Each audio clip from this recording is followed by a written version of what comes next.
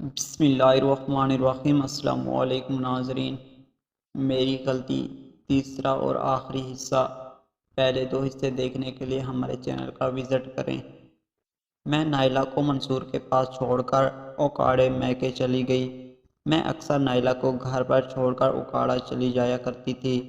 15 دن بعد میں گھر واپس آ کر بھی گھر نہ آئی۔ جی ہاں، منصور نے میری غیر موجودگی میں نائلہ سے نکاح کر لیا۔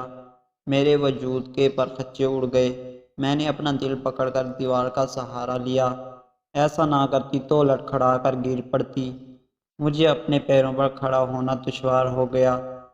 میں بڑے کرب اور اذیت سے گزر رہی تھی۔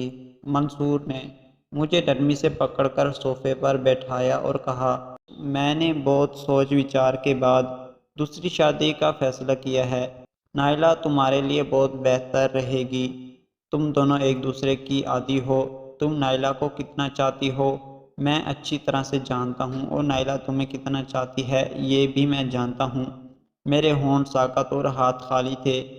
میں نے زندگی سے سمجھوتا کر لیا۔ ہماری مسکراہٹ کا تعلق قسمت سے ہے۔ قسمت مسکراتی ہی تو ہم مسکراتے ہیں۔